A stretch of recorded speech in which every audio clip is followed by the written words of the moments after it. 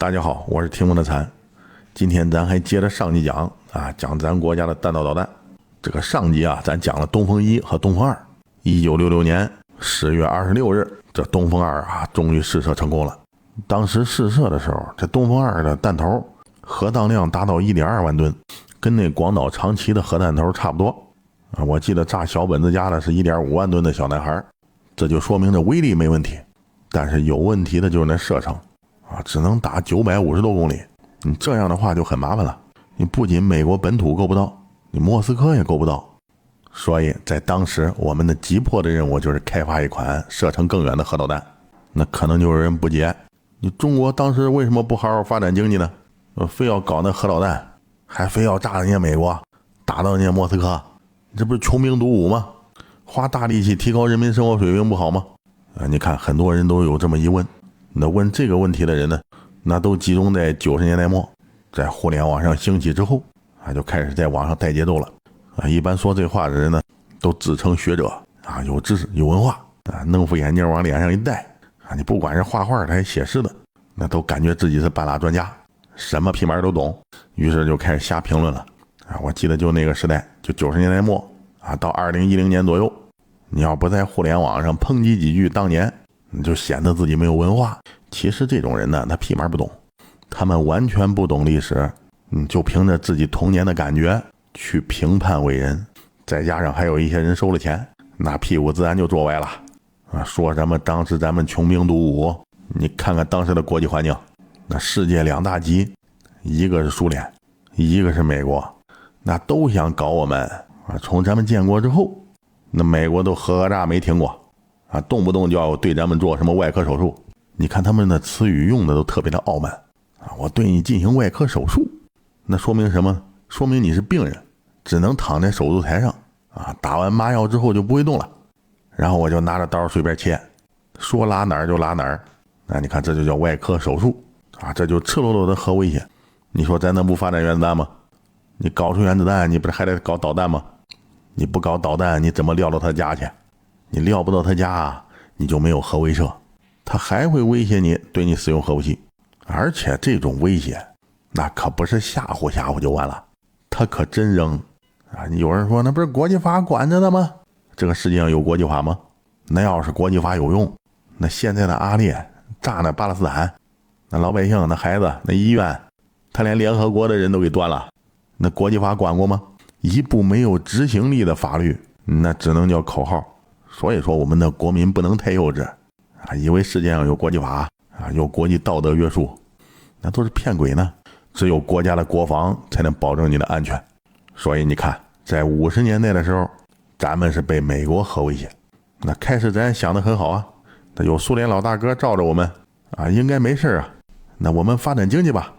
好，这俗话说靠山山倒，靠人人跑你依靠老大哥，那老大哥就舔着脸过来给你谈了，我们弄一联合舰队吧，你的海军交给我，让我给你指挥雷达站我建到你们家潜艇基地军事基地也在你们家建一些，你看我保护你了吗？你不得付出一些吗？你想你同意吗？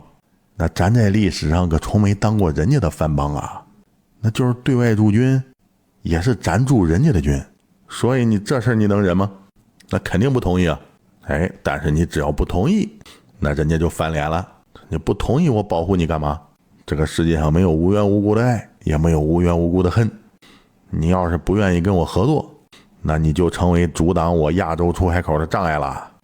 所以你看看随即而来的就是苏联的核讹诈、核威胁。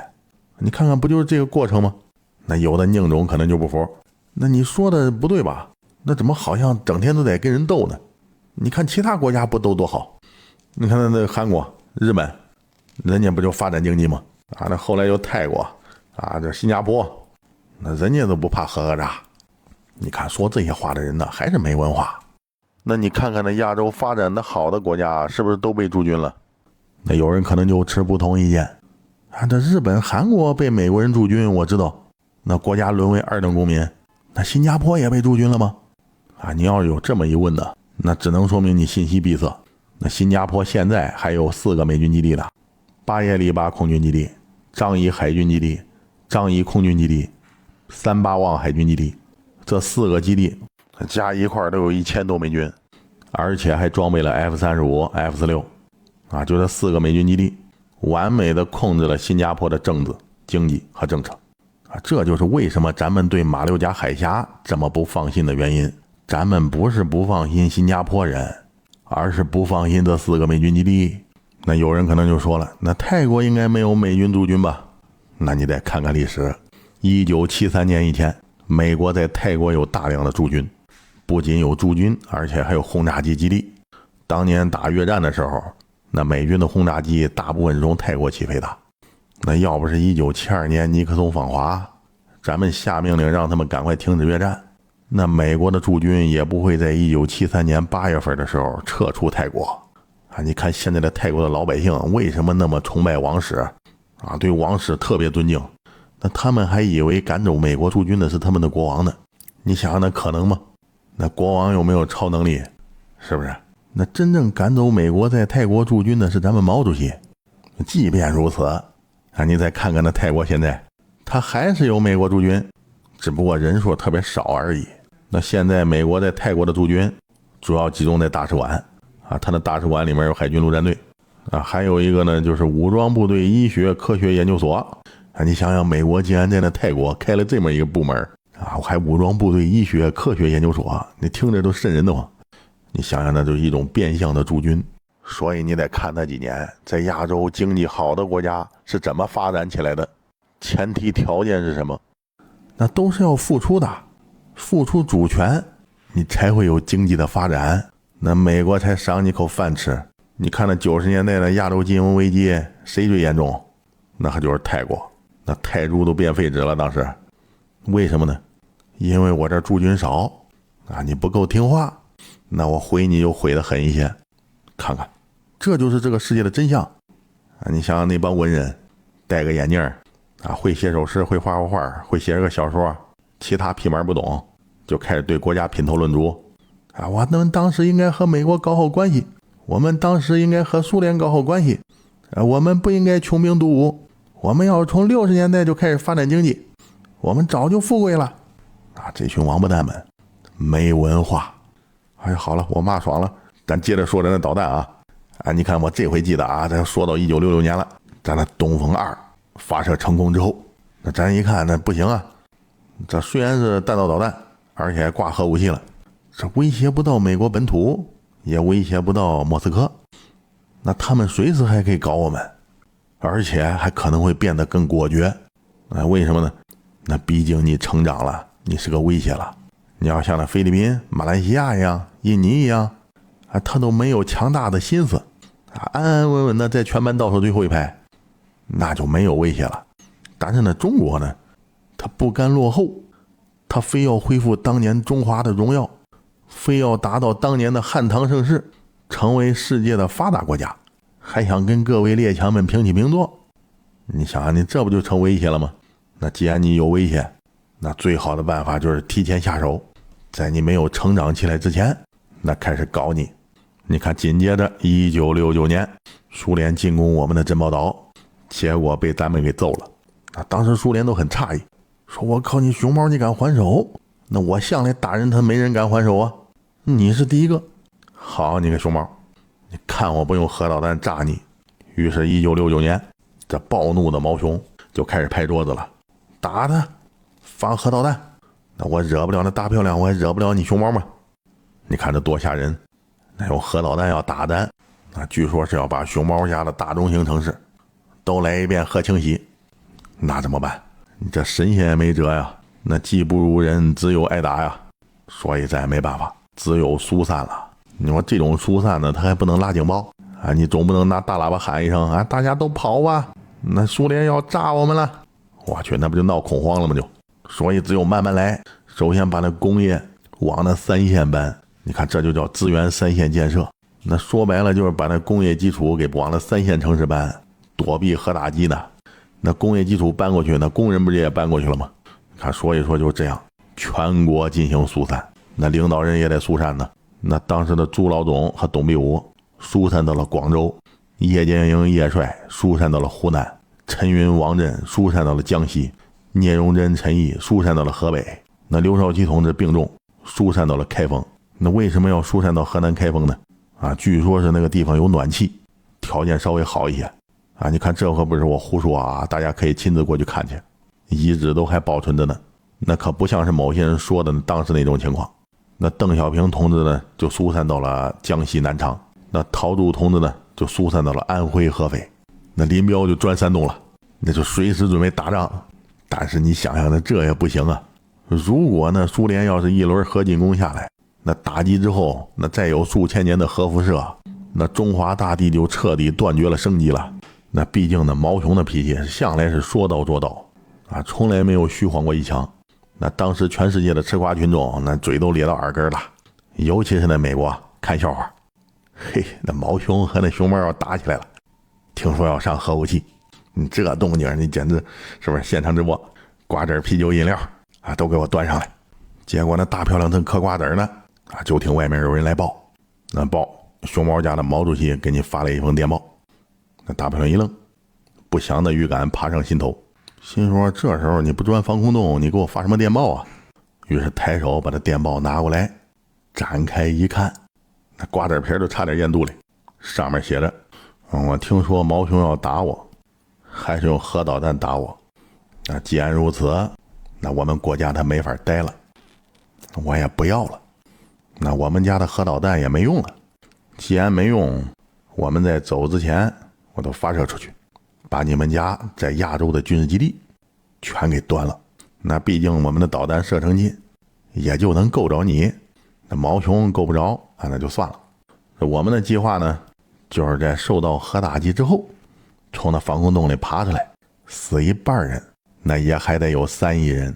既然我们的国家呢被核袭击了，核污染了，那我们就走了，往北走，进入西伯利亚平原，然后分兵2路，一路向西直到莫斯科，还有一路向东，通过白令海峡去你们的阿拉斯加住去。反正你们阿拉斯加人多地少嘛，你空着也是空着，我们帮你建设一下。我靠，这大漂亮看完这心都疯了，心说我去，这脑回路，这我是看热闹的你打核导弹，你打我干嘛？我看你的意思是把我的亚洲基地端完之后就去我的阿拉斯加了。你要是别人这么说我不信，要是你毛主席这么说我铁定信。第一，你向来说到做到，那第二呢，那这长征的事你以前也干过，这长途跋涉的事这你门儿清啊。我去，那3亿人民兵分2路，那一路都得1亿5千万。你这前几年第2次世界大战全球参战人数加起来不到3000万，好家伙，你对付我来1亿5，这我能挡得住吗？好，就算我一咬牙一跺脚，阿拉斯加我不要了。你看看地图，你阿拉斯加从北往南打，一马平川到墨西哥，就我那西海岸有一溜山脉，那其他全部都大平原啊。你那1亿5千万人占领阿拉斯加之后，从北往南打，就我这陆军水平，那铁定灭国呀。这大漂亮看到这儿呢就蹦起来了，那吃瓜的心情瞬间荡然无存，赶快把那电话拿起来，就给那毛雄打过去了。那毛雄刚一接电话，那大漂亮就开始骂，好你个毛雄，你放在地上的祸你不惹，你惹天上的。你是不是要打那熊猫？还核导弹？这毛雄一愣，是啊，他真把刀揍我肯定得打他你大漂亮，你是不是看笑话？你想看笑话给我离远点，一会儿呲你一身血。那大漂亮冲着那话筒就嚷嚷，毛雄，我警告你你只要敢炸那熊猫，我发那3叉戟炸你。这毛雄在那头一听，这不对这画风怎么变了？那大漂亮和那熊猫什么搞在一起了？难道他俩有一腿？那大漂亮就怒了，你给我滚那熊猫的计划你知道吗？他说了，只要你发射核导弹炸他，那熊猫就发射核导弹炸我的军事基地。那毛雄一听就乐了，好这。那大漂亮就骂，好个屁，他炸完我之后，剩下活着的人民至少还有3亿人会冲进你的西伯利亚，然后兵分2路，一路进攻你的莫斯科，还有一路打我的阿拉斯加。我问你挡得住吗？这么一说呢，毛雄愣了，意识到严重性了。我靠，这 1.5 亿人打我莫斯科，你这我拿机关枪突突也突突不完我也不能在我国家里放核导弹，把这1亿5给炸死。那就我这苏联都那么点人口，说不定还被吞并了呢。这毛兄正在思考，这大平冷就在那头嚷起来了。哎，我说这毛兄，现在不是你思考的时候。你要知道，你死不死我不关心，但是我的阿拉斯加不能丢。你敢放那核导弹炸熊猫，那熊猫的核导弹它够不着你，我的核导弹能够得着你。就这么着了，你给我冷静点。再说最后一句，地上的火你随便惹，别惹那毛主席。于是就这样，1969年咱们安然无恙啊！你看我小的时候，我在1986年的时候看见我们老家的电影院后面的宣传栏里还贴着1969年的报纸啊，当时讲的是如何疏散，看见核导弹了怎么趴地上求生。我是亲眼看到啊。那当时我就想，那核战争不是说不让打吗？那个时候的报纸怎么整天在写核战争，好像随时都能发生在我们身边一样。那个时候我年龄小，不知道这段历史。现在想想，之所以你认为核战争它不可能发生在你的身边，那是因为我们现在拥有了核反击能力，那你才会认为这核战争永远不可能发生。当有朝一日我们不具备核反击能力的时候，核弹将随时在你头顶爆炸。所以你看国防多重要。在1969年，这核危机算是过去了，但毕竟这只是缓兵之计。咱要是把那希望寄托在一封电报上，那就太儿戏了。真正能一次性解决问题的，是我们要有一款射程能够达到美国和莫斯科的战略核导弹。所以这东风5才是我们最终的定海神针。其实这东风5啊，这不是说这1969年之后咱才想起来了，而是在这1965年3月20日的时候，咱就已经把这东风5写在了这地导弹发展规划里啊。你看这1965年到1972年这8年的规划里面就已经说了啊，我们要研制出东风2号甲，就中近程弹道导弹，还有呢就是东风3中程弹道导弹，还有东风4中远程弹道导弹，还有就是东风5洲际弹道导弹。也就是说这8年内我们要研究出来。你想想这8年要研究4款导弹，而且这4款全都是战略级的导弹，这能行吗？那肯定不行。那毕竟科研这事儿啊，它取不了巧，就算是同志们再努力，它也不可能打破自然规律。那咱们的洲际导弹是拖到什么时候才研究成功的呢？啊，这一集短啊，不是我偷懒，是这2天有点感冒了，我得多休息一下。那不过呢，这感冒那躺在床上也可以查资料嘛。啊，其实有时候感冒一下也是好事啊，自我免疫力启动，激活一下。所以请大家不要担心，咱那节目啊，只要有人听，那就不会断更。好了，今天就先聊到这儿。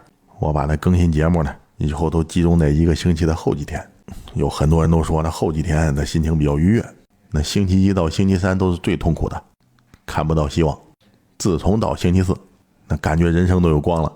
那到了星期5，那都准备放假了。那星期6、星期天那就可以躺平啊。所以说呢，咱的节目就放在1个星期的后几天，这样符合大家的心情。好了，感谢大家的